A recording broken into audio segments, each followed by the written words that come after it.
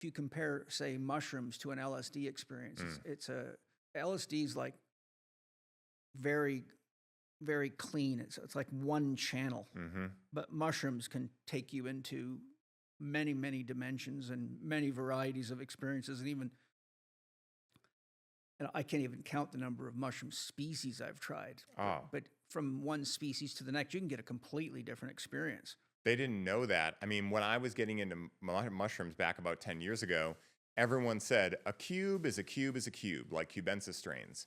And so as a result of that, you know, I had a lot of very challenging experiences because I thought, oh, all of these are the same.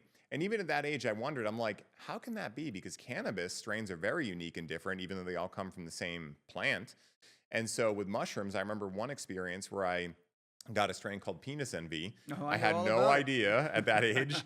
And we decided to make an 18-gram tea between two of my friends and I. That's a very deep ride. Yeah, that was aggressive. It became an ordeal rather than an experience very quickly. And I had never really had I had had some very powerful experiences with mushrooms to that point, but I only ever eaten mushrooms, and I had done about an eighth. This is my first time making a tea.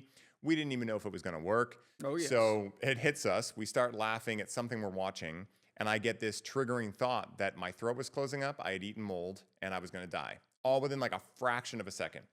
So I try to play it cool, go to the bathroom, try to make myself puke. Nothing's coming up. And so after about 5 minutes, I start realizing, wait a minute, if I was really going to die, my throat would have closed up already. And at that point, I felt the cosmic laughter hit me. Yeah. And the mushrooms were like, we had to check you and before you wrecked yourself. Now go lay in your bed and see some cool visuals, man. I literally remember it like it was yesterday. And that was the trip that changed my life forever. So I totally understand what you mean with mushrooms. I mean, they can be aggressive.